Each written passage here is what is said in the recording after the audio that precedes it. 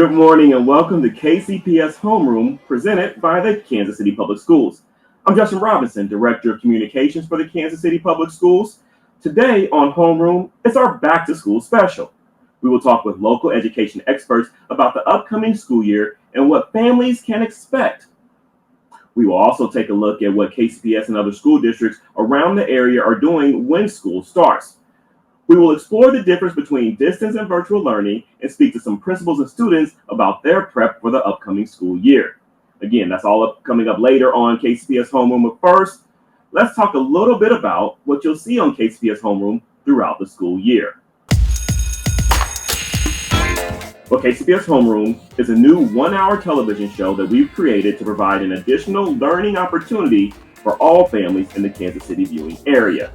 Homeroom offers daily academic instruction in the core content areas for all age groups. That includes math, English, science, social studies, fine arts, and physical education. The goal of this TV show is to provide an additional academic outlet for families as we all try to navigate education during this pandemic. In order to reach more students, KCPS will air this academic content right here on KMCI 38 The Spot every weekday at 8 a.m. The content programming schedule is as follows. On Mondays, we'll do math. On Tuesdays, English language arts. Wednesdays, science. Thursdays, social studies and world languages. And Fridays, fine arts and life skills. Each episode will have 4 segments that will include teacher-presented curriculum for the following grade levels: K through 2, 3 through 6, 7 through 8, and 9 through 12. So you ask, why KCPS Homeroom? Well, this venture is for teaching and learning. We here at KCPS understand the struggles of at-home learning. We aren't only educators, we're also parents.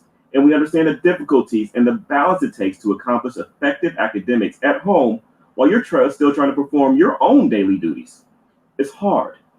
It's real hard. So anything we can do to help not just the students in Kansas City Public Schools, but students throughout the entire Kansas City area, we thought it was important for us to explore this venture. We look forward to providing this additional resource to families. We hope you all find it valuable and continue to tune in throughout the school year. Well, what exactly will the 2020-2021 school year look like? Of course, it depends on where you live and where your student goes to school. But what we do know that throughout the metro area, educators have been working tirelessly to both keep students safe and provide them the best possible education during this pandemic. Coming up, we will talk about some of those decisions and how area academic leaders came to their conclusions. Kindergarten is great at Kansas City Public Schools. I know they have really good teachers. I know this is a great school. They teach them stuff that I thought my kids would never be able to know at the age of 5. Since deciding to send our kiddos to a neighborhood school, we've become even more of a part of our community. Now is the time to enroll your future kindergartner for the new school year. Visit enrollkc.org today. Welcome back. KCPS is starting the school year without in-person classes. Some other metro school districts are having in-person class. Our first guest of the day is the Chief of Communications and Marketing for the Kansas City Public Schools, Ms. Kelly Wachel. Now, Kelly, you are a seasoned veteran in communications and have worked with several different school districts in the area. Obviously, this year is a unique situation, but please take us behind the curtain a little bit into what goes into these tough decisions that all school districts had to make in respect to whether they have kids in school or have them learning from home.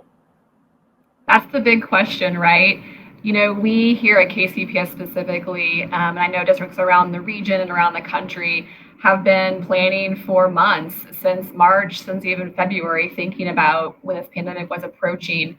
So one of the things that's been really important to us is to meet consistently and really be in touch with other school districts locally, regionally, and nationally about their plans, about their thoughts, how they're approaching different items within school districts. And so we've been meeting 3 times a week as cabinet executive team, with parents, with students even, to get a feel for the pulse and get a feel for the decision making that we have to be embarking upon here as we go into the school year. That being said, it's constant communication, it's constant touch base, It's constant getting the pulse of how people are feeling. We've been really intentional about talking to parents, talking to students, talking to partners. Our principals have been integral in this conversation about execution of how we do school, not only in KCPS, but around the region. And so, behind the scenes, we're always thinking about students and families, right? Safety. How is this impacting our kids? How is it impacting our families?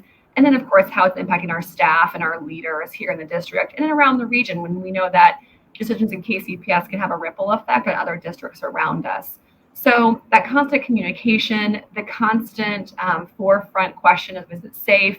Is it the right thing to do? It might be hard, but it's the right thing to do. So we've been wanting so badly to be back in person and start our year in person, and that was the original intent. It was our original communications that we had ready to launch in mid-July, but seeing all those numbers go up with the positive COVID cases in Kansas City proper, even around the region, we knew we had to make it a little bit of adjustment to keep our kids and our staff and our families safe. So I want everyone to know that while it's been a difficult decision, we feel really good about the decision, keeping safety and health at the forefront. And as I see other districts making those decisions as well, we are really in the same position of keeping people safe, keeping kids, family, and the community safe. And I feel good about how most of our school districts are approaching this decision. It takes a lot to run a school district and meet the needs of our students here in Kansas City, but also in other school districts. We all have foundations. We all have partners in education. Can you talk a little bit about what some of the people in the community are doing to help fill some gaps that we might have in the school district, maybe financially or other ways with partners? Great question, because we do have awesome, engaged, and very generous partners. So we are right now working with several partners on school supplies to get all of our kids' needed supplies ready to go for an online start. We have Summerfest coming up where we deliver those supplies to our families and to our students. We have health partners right now who will be at our Summerfest event that can do screenings, diagnoses, can do vaccines. And so those health partners are really integral right now in how we get kids back to school in a healthy way. They're working with our athletic teams as well to make sure that our trainers are engaged and updated on the most recent information about how safety is working for our athletes and for our students. So not only partners in school supplies, but funding for just matching grants and donations to help with technology. We're providing hotspots and devices for all of our students, pre-K through seniors. And so we have some support from those partners to help with the technology. And so one of the things that we want to make sure that we're always doing in KCPS and as school districts and as educators around the country are always wanting to do, how do we have those partners that we express much gratitude to and show how experiences for our kids are really enhanced when we have good partners working with us. I know you've been on the phone and in Zoom calls and in meetings constantly for over the past 5 months, not only just within Kansas City Public Schools, but again, some of the other surrounding school districts. What are some of the conversations you're having with other communications professionals and how they're going about their decision-making process and kind of how they're communicating out to their families and whether they're hearing back from their families as well? Talk as communications professionals on a regular basis. We actually have a group me chat set up where we can go back and forth with feedback and questions and making sure that we're all in alignment with some of the decisions that are being made. I'm really proud of the communications professionals working with our schools right now, with our superintendents, with our leadership teams, with our families, with our kids right now. One of the biggest things is the constant stream of communications that's going out and all of the adjustments and pivots that we're having to make. School communications pros are doing a fantastic job, and I think the majority of our communities see that, but sometimes it is hard to see some of the negative feedback, like we haven't been working on this for the last 5 months, because we certainly have been. But I would say that the stream of communication, the adjustments, the pivots, the going with the flow, the looking to collaborate and looking to the guidance from the health departments, from local officials, I'm really proud of how we've been able to do that together as teams, as school districts, and then make sure that we're taking care of our families and communities and our kids to communicate that in timely, accurate, and efficient ways. through video work sometimes that we do, so social media work, through different platforms that we use in school districts.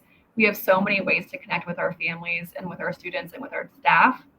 I just hope that people are noticing all of the creative ways we're trying to communicate sometimes a changing and difficult message. We know as communicators and as parents as well, we don't like hearing some of the decisions that we're making, but we're doing it to be safe. We're doing it to be able to say we did the right thing in the long run, and we're doing it because we love all of our children.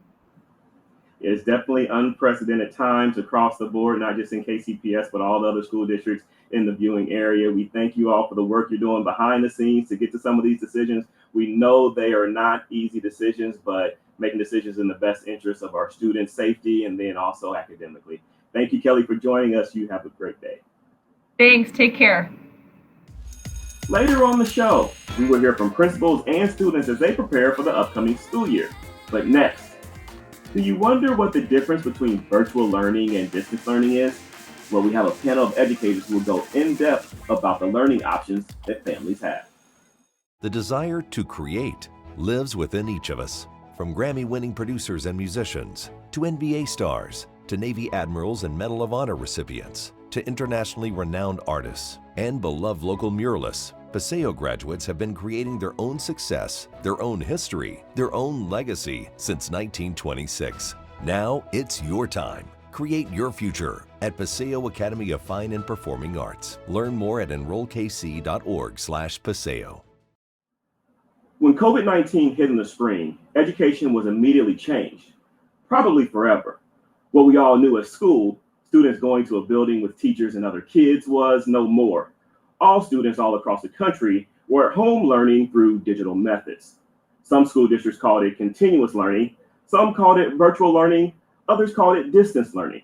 No matter what term was used, students were at home and many parents were asked to assist in the learning process. The quick change wasn't perfect, but educators made it through and learned a lot of lessons themselves. Now, they will use those lessons learned as we enter into the next school year. Joining me today to discuss how educators are moving forward, Kansas City Public Schools Deputy Superintendent Dr. Marla Shepard, Kansas City Public Schools Assistant Superintendent of Curriculum, Instruction, and Professional Development, Dr. Michelle Fitzgerald, and the Director of Educational Innovation, Dr. Christy Harrison. Welcome. Thank you all for joining us today. I know it's been a busy summer for everyone and about to be a busier spring. So as we jump into this, first of all, talk about a little bit of the lessons, Dr. Shepard, that you all learned as a system when it came to teaching and learning from last spring when COVID-19 hit. What did you guys have to adjust to, and what did you learn from it? I think we had to first adjust to the virtual environment and giving children flexibility and giving teachers flexibility as well. What we found in so many cases is that our teachers were at home. Not only were they teaching our children in Kansas City Public Schools, but they were teaching their own children at home. And so for us, it was important for us to think about the roles that they had to play, but also to think about the roles that our kids had to play. Many of our children were home with younger siblings alone, and so they could not get to their education and the assignments until later in the evening. So for us, the big lesson here was around the flexibility that we needed to display. And then also we learned about our devices. There were so many children that lacked access to the internet. And I think the big thing perhaps for Kansas City and also the nation is that perhaps internet should be a utility, a public utility, and not just something that some kids have or that a privilege that children may have. And so we had to hurry up and get our devices distributed, and we had to rush and make sure that every kid had access to internet through Wi-Fi, our Wi-Fi kits. And so that showed us that there was still a huge divide in what kids had and what kids had access to. And so for us in moving forward, we know that we got to make sure that we give one device per kid, not per household, and that we make sure that we have accounted for every kid in our district having access to the internet. And then our teachers already have a schedule and our principals have a schedule, and they know that there'll be flexibility in the learning process. And especially when we talk about our high school kids, there'll be flexibility in that process. And we've written our our guidelines such that schools could have the flexibility to do what's needed in order to reach all kids. All right, now as we go into this next school year, like I just mentioned, some people call it continuous learning throughout the metro area. Some people call it distance learning. Some people call it at-home school. Some people call it virtual learning. So as we go into this next school year, what we do know now is a few school districts like Kansas City Public Schools, Kansas City, Kansas Public Schools, a couple of other surrounding school districts are actually going to start off with no students in person in the school buildings. Other school districts are going to have students come back, but they also are communicating with the public that if a situation gets a little worse, then they'll go to a blended model, and then they could also go to a distance learning model.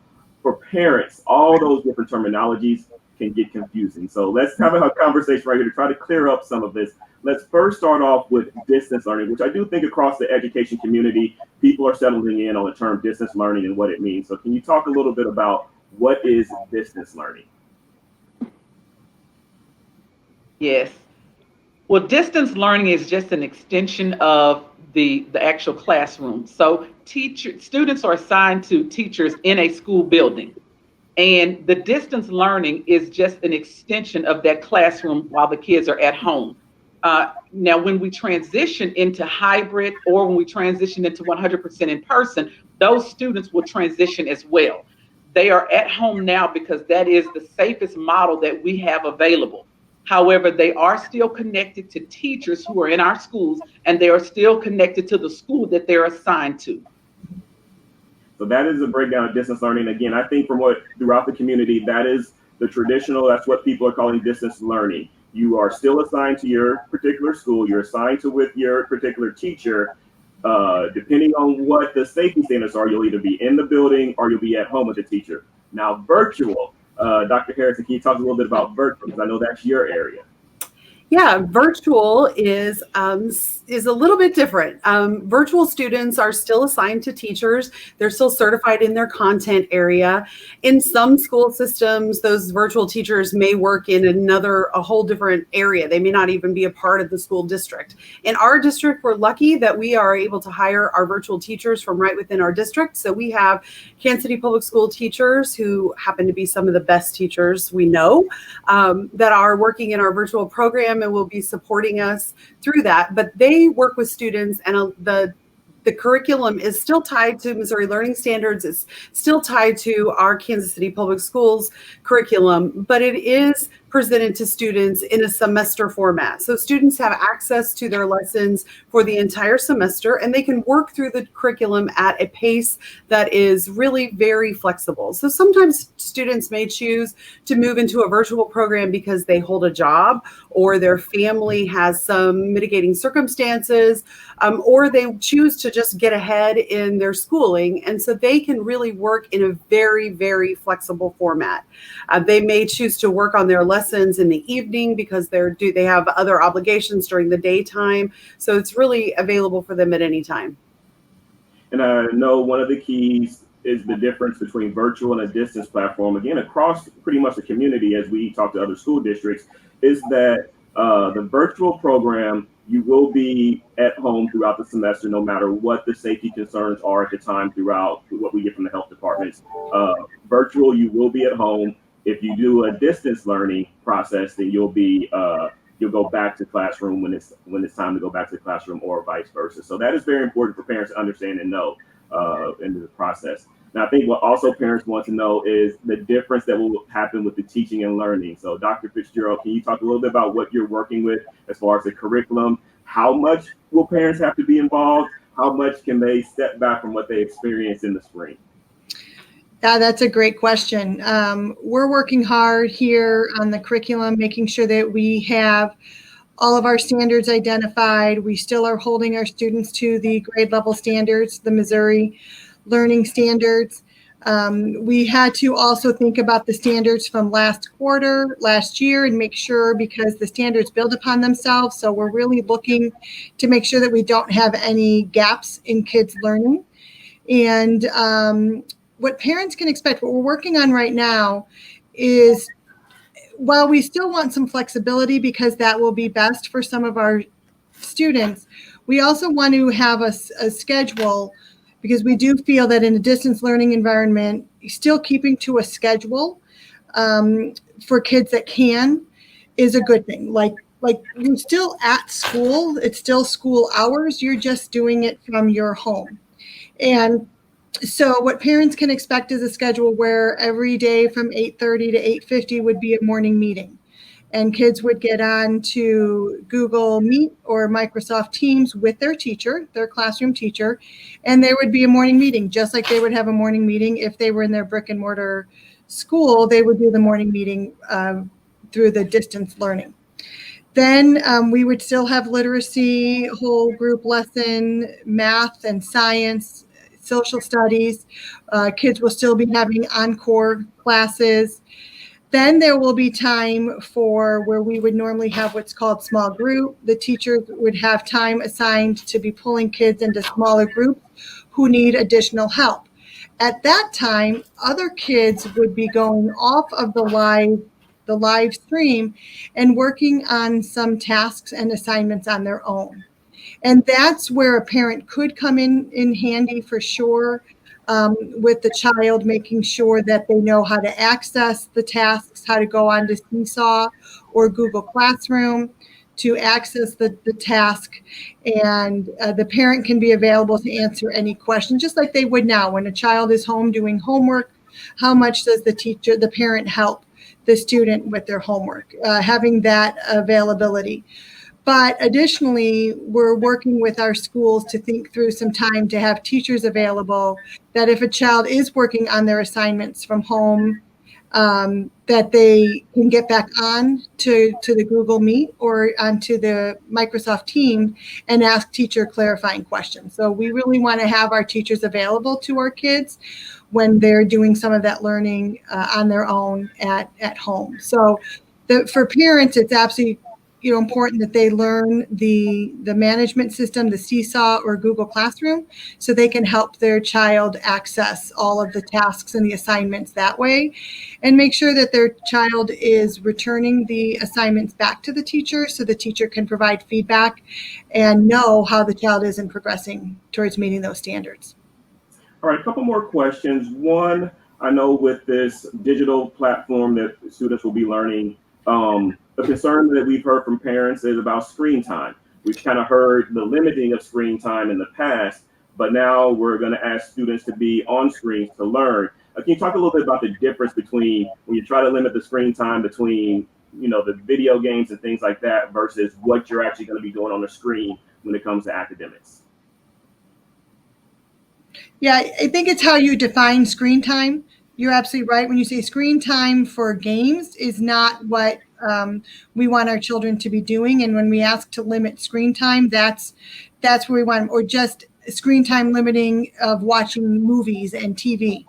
So we did look at screen time and what recommendations are for kids. So when we say kids will be on, there will be a 30-minute whole group lesson, it doesn't mean the child staring at a screen for 30 minutes, especially when we're talking kindergarten, first grade, second grade. That's the time frame where a teacher could do a phonics lesson or a literacy mini lesson, but they'll be coming on like what we're doing right now, having a conversation via the screen. It's not screen time in the fact that kids will just be watching movies or just be playing games. It will be an interactive screen time. They'll be typing into the chat, answering questions. They might be going on to a Padlet, where they answer some questions. So it will be very strategic time, but it's not any extended amount of time that's too long for kids to be on screen. Well, thank you, Dr. Shepard. Thank you, Dr. Harrison. Thank you, Dr. Fitzgerald. I know you all are very busy as teachers return to some of the buildings this week, and you're doing professional development with them, making sure that they're prepared to be those teachers through digital platforms throughout this school year. So again, thank you for joining us. Hope you all have a great day. Still to come, students share their feelings about distance learning and virtual learning and talk about which option is best for their family. But next, 4 local principals discuss what it's like getting ready for a school year that will start like no other. I love Southeast because of the culture, the band program, and restorative justice. I love Southeast because of the academics, sports, and students. I love Southeast because of the people, the energy, and the advanced classes. It's not alike. I love Southeast because the students here at Southeast are full of potential and they believe in achieving anything. We are Southeast. Southeast. We stand shoulder to shoulder. Join the Southeast family. Enroll today. Welcome back to KCPS Homeroom. Well, as kids get ready to go back to school, whether it's in person or distance learning, who's responsible for it are principals. We're accustomed to see principals walking the hallways, keeping order, making sure that the teachers are academically where they're supposed to be, making sure your students learn. It's going to be a little bit different this year, especially here in the Kansas City Public Schools, where this year we're starting off with distance learning. Now, most of the time when you hear that word, as we talked a little bit earlier in the show, people get a little bit nervous because of what they experienced this past spring. But I'm joined here with several principals who are going to talk about what distance learning will look like coming up this school year. So we have Brett Schriever from Northeast Middle School, Harrison Neal, who is from Banneker Elementary School, Kalinda Bass Barlow from Holiday Montessori, and Ben Richardson from East High School. Welcome. Thank you for having us. Thank you. Thank you. All right, so let's start off with elementary school. Ms. Bass Barlow and Mr. Neal. When you talk about distance learning, I think it's kind of hardest when you talk about the younger students, especially when you're K through 2, where they're still learning to read. And it's kind of hard to do some of these things on your own when you're still learning to read. So as you go into this school year, I'm going to start off with you, Mr. Neal. What do you kind of expect from the students, or what are things are in place that can help the parents as they're trying to help their students learn at home? We first off, we want to ensure that all kids are learning. That's our ultimate goal, the ultimate goal of education. We have several layers of support in place for parents, even our parent university and most of our parent resource meetings that we will be having this school year as well. Ultimately, acclimating all parents to the materials as well as the online platforms that their students and children will be participating in. We'll be using various platforms, including Google Classroom, Google Meets, Google Hangout, as well as we'll also be utilizing Seesaw in kindergarten through second grade. We're extremely excited for our parent university and our parent meetings to ultimately adjust our parents to the resources and the needed information to help our children be successful both at home while they're away participating in distance learning. And Ms. Bass Barlow, your school is a little bit different. You're a Montessori school, which obviously the curriculum is a little bit different there. How do you incorporate that into a distance learning platform? Certainly. I echo a lot of what my colleague Harrison Neal just said there, but for us, it's really, finding those things that are common. And so for Montessori, there are some common tenets and principles in the Montessori philosophy. And so, we have looked to find those common things that we all can connect on. So for example, a prepared environment is something that's very essential in a Montessori environment. So like Mr. Neal said there, partnering with our families and having those caregiver partnerships where we're helping to link the home and school. And so that is some of what we're doing. And a lot of what we do in Montessori anyways is already small group instruction and individual learning for students. So we're taking the virtual platform and using that piece as, a common piece so that we're still meeting with our children in small groups and differentiated learning. The Montessori community as a whole has really worked well around the country to replicate some of our resources so that we can bring them temporarily to a digital platform as well as reproducible platforms. But I think one of the key elements for all of us, whether we're Montessori or traditional, it's really, partnering with families. And, we've always said as educators that the home and school should partner together. And so I think we're in a season right now where we really need to maximize that partnership. So already at Holiday, we have facilitated town hall meetings. We've had parent as caregivers meetings, those new orientation meetings for our families. So really getting out there, connecting with our families and, becoming partners in this work. And when you talk about the 3rd through 6th grade, when they can read a little bit more, do they have more independent work that you have planned for them? Or is it still something that parents will probably need to be very involved with? Yes. So again, trying to replicate the classroom. So typically in a classroom, a teacher would meet with a child for a small group, and then they would go back and work independently, and the teacher is there to assist them. We will do that same model over the computer. The teachers will pull the children for their small group instruction, and then those children will have individualized instruction that they're able to use on those digital platforms, as well as self-paced reading at home, and then able to use tools to help us know what they're thinking so that we can assess where they are with their learning as we go along. And Mr. Neal? Yes, and in addition, we will use our reading and math interventionists at the kindergarten through second grade level, as well as the third through sixth grade level, to also increase more opportunities for students to participate in small group instruction. Ultimately, we want to make sure that every adult that is in the building that is able to touch children in regards to providing academic services is involved in their learning.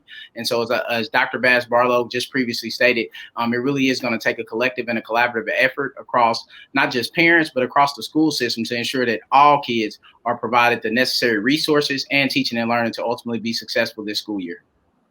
All right, let's move to secondary, Mr. Schriever and Mr. Richardson. So at Northeast Middle School and also East High School. Again, when we saw a distance learning model back in the spring, middle school, they're more used to being on devices and kind of doing things a little bit different. And so same with high school. So as we go into this school year, what things did you guys learn? What things are you going to have in place to help them with learning this school year? Well, I think for us, one of the big hurdles really was identifying that, our teachers are incredible at what they do, and just helping them get the tools that they need to help transition that to a distance learning platform. That's what we've spent a lot of time doing is what is the best pedagogy for learning in a virtual setting or in a distance setting so that we can provide those tools. So we've really taken a deep look at what worked, what didn't work, and identifying and doing a lot of research. I've been reading nonstop on virtual learning and improving the distance learning settings so that we can meet the needs of all of our students. Northeast, Middle, as well as East, we have a very large population of students that are learning English as a second language. So really trying to find hands-on, exciting ways, engaging ways for our students to learn. And I think the big piece is we just have to reprogram ourselves to understand that we're now in a world that is technologically advanced. And this is going to cause us to change the face of education for the better. Our scholars are going to be more ready for the world than they've ever been. And if we look at this as an opportunity to change the future and to really move up, it's incredible. So we're really making sure that we're meeting the individual needs of our scholars and making sure that our instruction, while it may be different in the way that it's delivered, we're still here. We're still focused on a solid curriculum, on best instructional practices, and really meeting the individual needs of each of our students. And our teachers and our parents and our students have had a voice in making those decisions and really helping us design what that looks like for the future of Northeast Middle School and the district as a whole. And Mr. Richardson at East High School? Yeah, absolutely. So everything Brett said there really hits home for me as well. Over at East, as with all of the high schools, we've been really fortunate that we've had one-to-one in our schools now for quite a few years. And so that's afforded our teachers the opportunity to really learn a lot of the different platforms. And ever since quarantine started back in March, our teachers have been pouring themselves and their passion for education into understanding and learning even more platforms with the district's help. We have had nonstop professional development for going on 5-6 months now, and our teachers are taking it in stride. We do have a large English language learner population, and our teachers are able to implement best practices using a lot of really strong digital platforms. And so we are excited that our students, they already understand how to use many platforms digitally because they've been doing that, again, for multiple years now. And we feel confident in our ability to communicate with them using Google Classroom, using many different platforms that we have access to.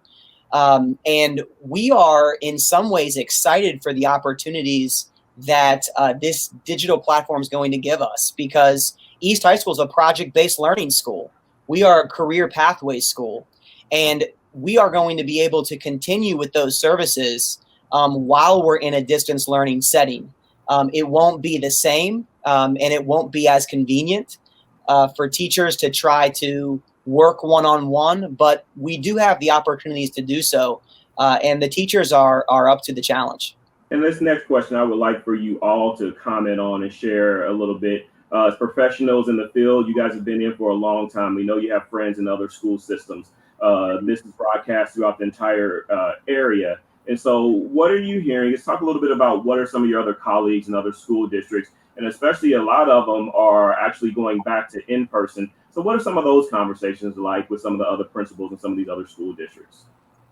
I think, as leaders, we're concerned, but we also understand the roles that we've taken on. And so, we have begun to refer to ourselves as essential workers or those first responders, meaning that, we're committed to our work, but, at the same time, we have reservations as educators, knowing that, we have families at home and, we will have to come back. But ultimately, we're relying on, what we know, and that is that, we're here to serve children, and we're willing to do what we need to do to make sure that we maximize those opportunities for our students as well as our educators, and just wanting to make sure that we thoroughly plan as school leaders to make sure that we put the proper measures in place to assure the safety of, ourselves as educators. And I'll go. And I think one of the other pieces, I was in a conversation today with a colleague in another district, and I think one of the things that kind of knocked me back a little bit was he said, I'm really jealous of the way that KCPS is handling this, the consistency. They've made a decision and they're sticking with it. And I think that's a big piece. Is so many other districts, well, they're waxing and waning on back and forth about, well, maybe we could have kids in more quickly, or maybe we could do this. Whereas, we as a district have made a decision. This is what we're going to do because per CDC, per the mayor's office, per, Jackson County Health Department, we're making a solid decision and we're sticking with it. And I think that that's a big piece, that a lot of people, and even my friends who are teaching in other states, when we talk about it, that's one of the big pieces. We've made a decision. I think it's a fantastic decision. We're sticking with it, and we're moving forward. We have a clear plan for success, and it's allowing us, or at least me as a school leader, to focus on that path and not worry about, okay, is this going to change tomorrow? Is this going to change next week? We know that this is what the criteria are going to be for us to return to a normal classroom. And so many other districts are making, again, nothing against the way that they're handling anything, but I'm very appreciative, and my colleagues that I've talked to, they want that solid decision and that sticking to that decision. Mr. Neal? And I'll say overall, in talking to my colleagues across multiple districts, across charters as well as across states, just ultimately we want to make sure that safety is maintained, and ultimately that we just keep the end goal in mind of that all students must learn. Whether they're entering our hallways physically within our schools or they're virtually within our classrooms, the ultimate goal is to ensure that all kids are learning. And so we have to be creative, we have to be innovative, we have to make sure that we're following our guidelines, and then ultimately we're leaning on a lot of our virtual training and professional development that across districts across the country throughout fourth quarter, as well as last summer participate in, as well as our teachers participate in as well this week with Teacher Institute, and utilizing those strategies and those professional developments to ultimately make sure that we can ensure that all kids are learning in this virtual platform. We all know one day we will return to the school buildings. However, until that time comes, we want to make sure that ultimately we're prepared to deliver content, curriculum, and instruction to our students to ensure that all kids are learning, and that we want to slow down and prevent, I would say, the learning curve and the learning gap of making that widen. And so I'll say ultimately, in talking to colleagues just across the country, we're all leaning on each other. I will echo what Dr. Bass Barlow has stated. We're on the front lines. As I tell our teachers all the time, I wouldn't ask you to do anything I wouldn't do myself. And we're even having discussions at our buildings of how we're using even our administrators to jump in these virtual platforms to make sure we're able to deliver content. I think the ultimate goal across the country is to make sure that we do not have any learning loss for students, and ultimately making sure that students at the end of the day, at the end of this school year, are receiving the grade level content that they need to be successful. And Mr. Richardson, we will give you the last word.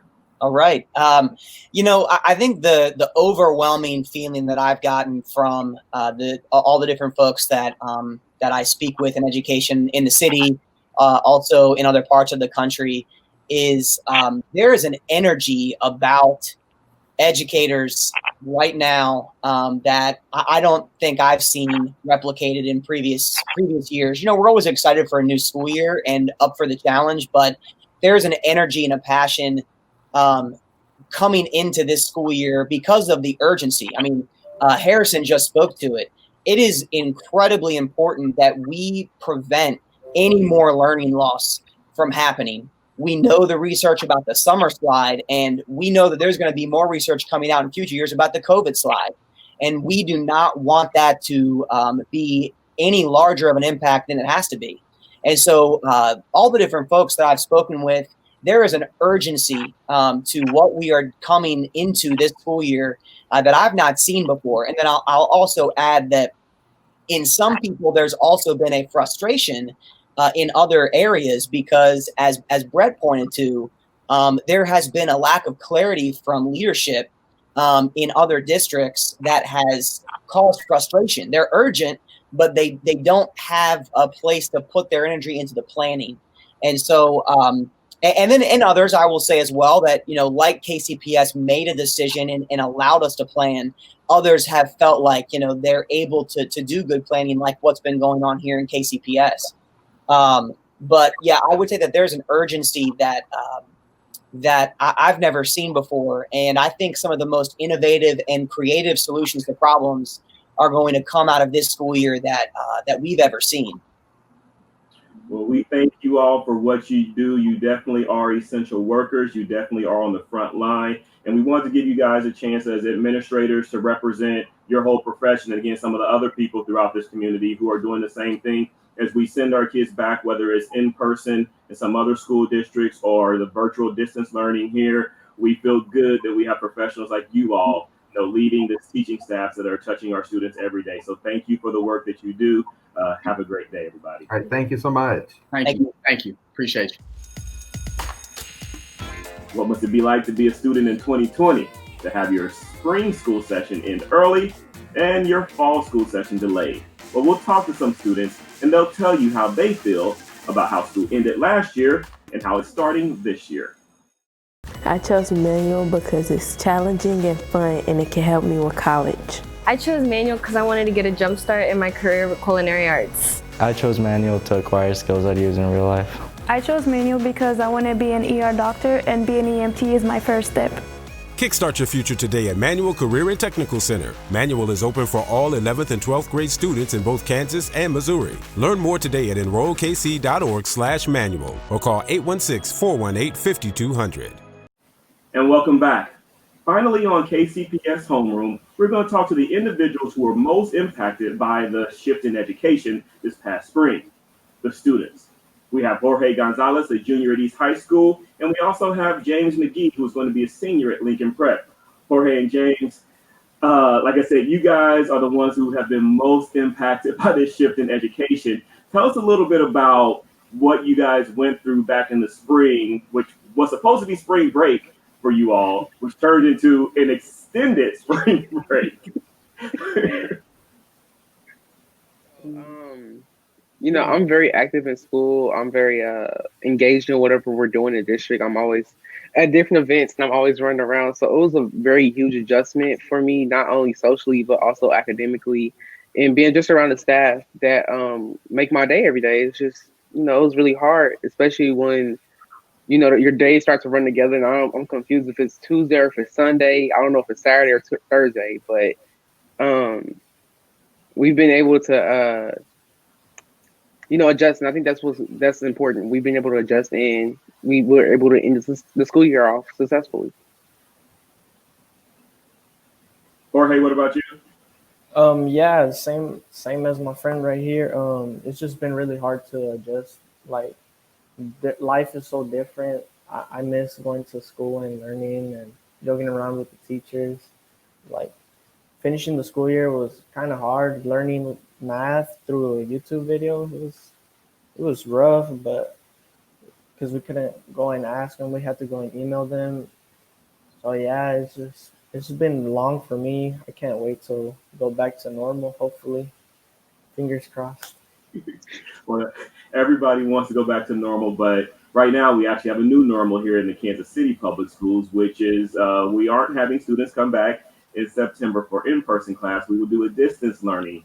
Again, James, you're going to your senior year. As a senior, how are you feeling about this? And what are some of your other friends, not only at school district here, but again, across the city? I know you have many friends across town. What are they feeling about the current situation? Honestly, we've been trying to avoid the topic because it's almost like we want to hold on to the hope of having somewhat of a normal school year, being able to go to homecoming, prom, having graduation, different senior class traditions like senior breakfast, or even simple things like getting our yearbook signed by each other or by our staff that we adore. My friends across the city, since we all have had like different, our districts are taking different approaches. They have different opinions. Some kids feel like it's too early for certain districts, and I think Kansas City kids are essentially, we agree with what the district is doing, but we're it still hurts that we won't be able to see each other in person, and we all been trying to talk to our parents about different ways that we can try to have like maybe a social thing together so that we can learn or help tutor each other when we need that. So I think that's a a huge concern is the social side of it, as well as how are we going to get the tutoring that we need if we can't go ask our teachers in person. And some kids, like we have we know our models of learning, and a lot of kids learn by in person learning by a teacher being there and guiding them and showing them exactly what they need. So that's a big concern I've been hearing from a lot of my friends. So Jorge, what do you think? What are your feelings about going back to school, which is not going back to the school building, but it's a virtual platform here in KCPS? What do you feel about that personally, and what are your friends around town? What do they feel about what their school districts are doing? Well, I feel good about it. I want to go back to school and learn, but either way, even if we do it virtually, it's still gonna be good for us. Like, a lot of kids just want to go back and like these Zoom calls, have get to see their friends. Like, certain times they don't want to wake up like towards like halfway through the day. They want to know what day it is. Because coming from me, like when it was rough. Virtually, it was rough. I was waking up late, going late to these Zoom meetings. Like, when I had to go to school, like I was ready on time before like school was even open, and I miss it. So what makes it so rough? Is it just the fact that it's just kind of a shift in your schedule? Like you said, when school was going on, you were there on time, but the fact that you were just at home and you could just roll over a little bit later, what made you a little bit late for some of the classes? Yeah, that's like getting like thinking, oh, I don't have to go to school. I don't have to drive to school. I can just roll over, turn my computer on, and do my work. It's really hard adjusting to that. Like, I've always been used to just being there on time, ready for school, like sitting at a desk, talking to my friends, asking the teacher questions, but now I have to email them, like turn my computer on, make sure it's charged, turning in assignments on the computer, and it's just been like a whole different like aspect to me. It's just been really different. It's also been very funny too. There's been some funny moments that's come out of it. Like, I have a friend that one time he was sitting there, and then his camera went off, and when it came back on, it had a bear with some like headphones on, just sitting there watching what we're doing, as if he was still there through the bear. So it's just a different lifestyle, huh? Doing school virtually. And again, so we're doing this again in Kansas City. And you mentioned you agreed with the plan in Kansas City, but some of your friends around town who are actually going back to school, what's the conversation with some of the people you know who are planning, their school districts are planning to go back in person after Labor Day? So right now, I think typically kids don't want to go to school, and we all know that snow days, we're all waiting for that tweet to be sent out by the district or the phone call. But a lot of students are agreeing because they feel like it's not just us that's impacted, and seeing as we are the people that can transmit it the most, it's not safe for us to be in school at this time. And they feel like these districts are giving them options, and some districts are not. They're saying, well, we're going to do in person or different things like that. And they feel like, well, I want to go to school, of course, because I've been at home for 5 months. I've been looking at the same 4 or 5 people every day of my life for the past 5 months. But also, a lot of kids feel like it's just not safe at this time. If we can just sit there and wait until we get at a better place when it comes to Corona and being able to see the levels drop more like how we're doing and how we're doing this model, which I'm not gonna lie, wasn't psyched about at first because, you know, my first thought as a senior is my senior year is about to be cut short basically, but it's for the better good, and that's what we need right now. Jorge, what are you kind of hearing people from other school districts who are going back in person? What are your friends kind of talking about and saying about this? They've just been nervous, to be honest. They've just been telling me they're nervous to go back to school because it might like affect their family members if they unfortunately get COVID, or like they don't know how it's gonna work, how many people are gonna be in class. They're just like really nervous or like weirded out to see like it's so different. And so we've talked to some of our educators in the school district and across some other school districts. And again, some of the difficulties that you guys spoke of that happened in the spring when it came to distance learning or virtual learning, the educators had a chance to, because it happened very quickly for them too, so they weren't prepared. They've had a summer to prepare for this, and they feel very excited about the possibilities of how well distance learning can go going back into this upcoming school year. What things do you hope to see happen different when it comes to distance learning as you guys are learning at home this school year? What do you hope the school district does a little different?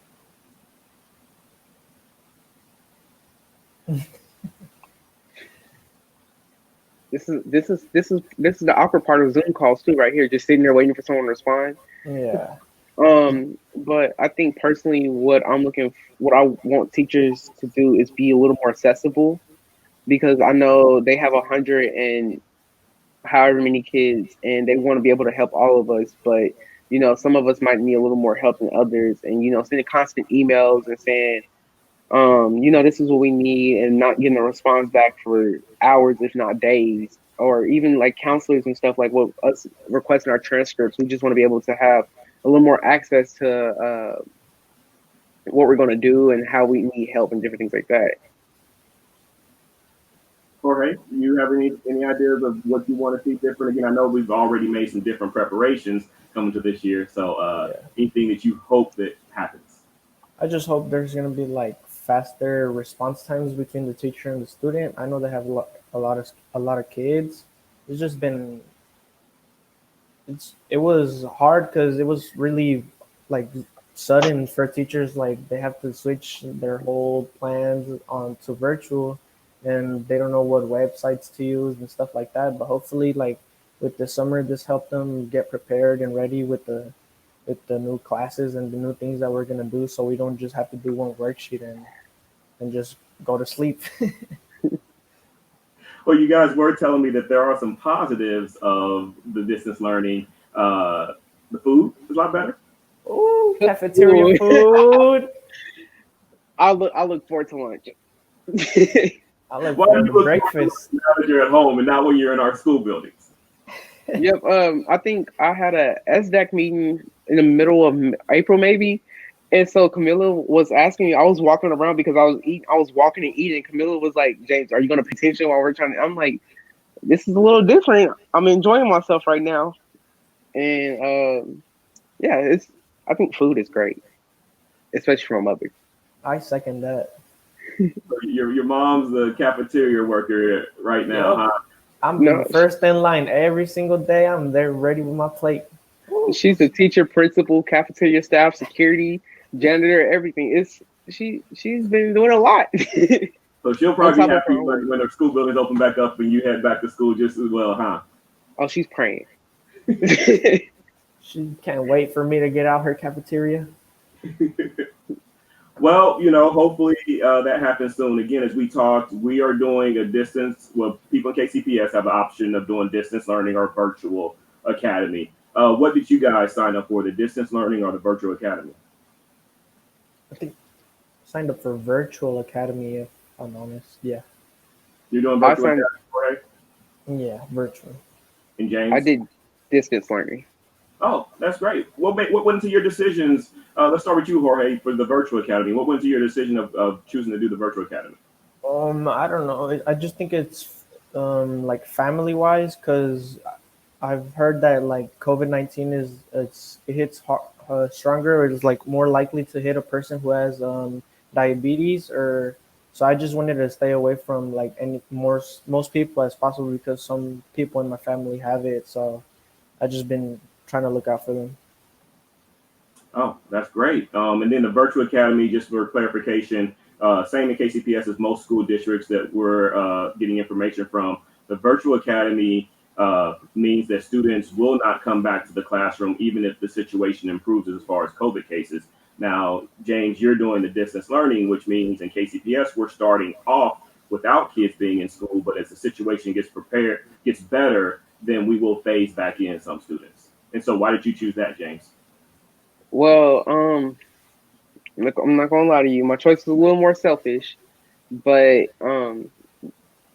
just being able to go in school. I'm a big school person. I have a lot of pride for my school, and being able to walk around the halls and see the teachers one last year. And it was a huge conversation with my parents and I, because I have 4 younger siblings as well who also my parents had to make choices for. But for me personally, I felt like I want to be able to have a choice, so that if I feel like that it is too much for me, then I will go back. I will switch to virtual. But I want to be able to have an option, as well as, I really miss going to school. I cannot push that any more than I already have. It's just, I really miss being at school. You know what? There is no wrong decision right now. They're tough decisions that students are making and families are making all across the city, all across the metro area. And so you got to make the decision that's best for you and your family. And that's why school districts are putting out there the different options for students and families to choose from. Again, we know it's a tough choice for everybody, but you made the right choice for your family and what's going to happen. And we hope that the experience we know that the experience will be great, and it will continue to improve throughout the school year. So we thank you two for both joining us today and kind of sharing your experiences and your thoughts about the upcoming school year. You two have a great day, all right? You too. And we'd like to thank all of our guests for joining us today. And finally, again, we here at KCPS Homeroom would like to do our part in assisting Kansas City with educating students, all students. This time slide on 38 The Spot is not about the Kansas City Public Schools. It is about schooling kids in the Kansas City area. It's a new venture. We ourselves are still learning how this is going to work, and we hope you all find this beneficial and it helps you through these unprecedented times. Our academic content begins on Monday, August 17th, also known to us as Math Mondays. Tune in right here at 8 a.m. on 38 The Spot. Again, thanks for joining us. Have a great day, and remember to continue to learn throughout the day.